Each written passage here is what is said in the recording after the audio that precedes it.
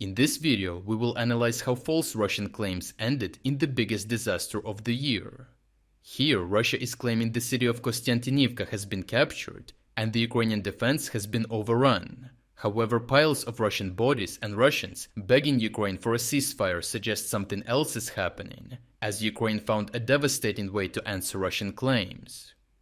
High-ranking Russian officials claimed up to 96% of Kostiantynivka is under Russian control, presenting staged flag-raising videos in the northern districts as proof that Ukrainian units holding the area have collapsed. Yet Ukrainian footage shows something completely different, as geolocated videos demonstrate Ukrainian troops operating across northern, central and southern parts of the city, while active fighting continues throughout the town. Still, official Russian sources continue to insist that only isolated Ukrainian holdouts remain in basements and peripheral districts, with their clearance being only a matter of time. Despite these claims, even Russian military analysts now compare the announcement about Kostiantynivka capture to the fake capture claim of Kupiansk in November of last year. These doubts are confirmed by Russia's own artillery footage, showing active shelling of Ukrainian positions in areas that the Russian military claims is under full Russian control.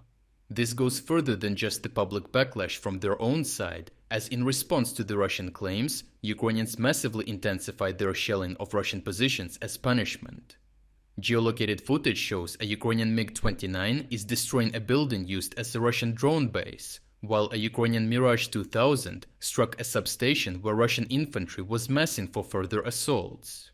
Ukrainian artillery has been continuously buildings used as infiltration hideouts, while heavy bomber drones, FPV, and reconnaissance drones monitor every approach and attack every movement.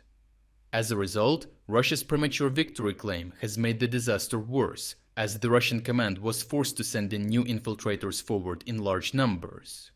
Just like what happened around Kupiansk, Russian commanders now face immense pressure to make reality match their false symbolic claims, as soldiers are sent forward to hold on to the claim that the city is under Russian control.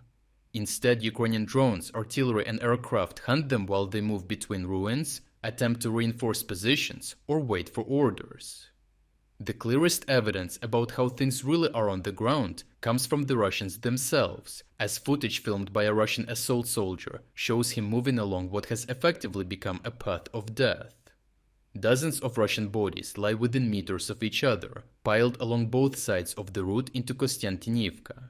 The approaches and the streets are becoming a graveyard in which the infiltrating Russians have nowhere to hide from the Ukrainian drone strikes.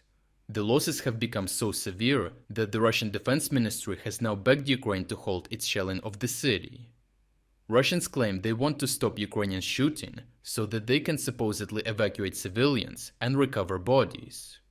However, the real reason is that a ceasefire would silence precisely the Ukrainian strike and search system that prevents Russia from gaining control of Kostiantynivka. The humanitarian pretext is an excuse to indirectly beg Ukrainians to stop shooting at their overwhelmed soldiers, as such significant losses are causing footholds to slip out of their control.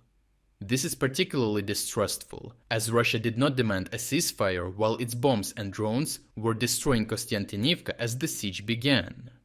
It was Ukraine that conducted the civilian evacuations, dedicating sparse armored vehicles under great risk to move residents out of the town.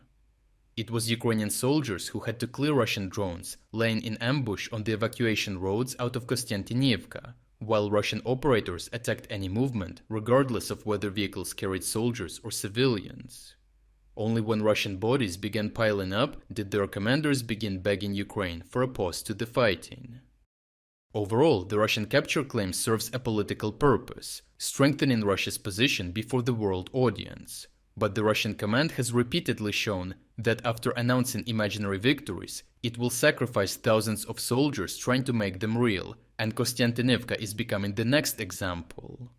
Russia declared victory, intensified infiltrations, and watched its troops die faster, then effectively started asking Ukraine to stop firing long enough for them to advance. However, Ukrainian units continue working around the clock, watching every approach and eliminating Russian infiltrators entering the town, while the bodies piling up around Kostiantynivka show the price Russia is willing to pay for its own false claims. To watch uncensored combat footage that we used in this report, check out our interactive news map. Here we are unrestricted by the YouTube policies and can finally show you the full uncut version of what really happened. But what is even more important, this map will give you access to all our analysis of significant events that go far beyond of what we can include in our short daily videos. Finally, we are officially releasing the second generation of our interactive map. What you are seeing on your screen right now is a significantly enhanced and far more powerful version of the map that has even more advanced features and news analytics tools. To celebrate the launch of the new map, we are also launching a 50% sale on all subscription plans. Starting from just $4.99, you will not only gain premium access to the map, but you will also unlock all our exclusive strategic updates, frontline overviews, and strategic geopolitics videos. So check out the link in the description to become an exclusive member of our community. I truly appreciate everyone who stepped up to join us. Your support means the world to us.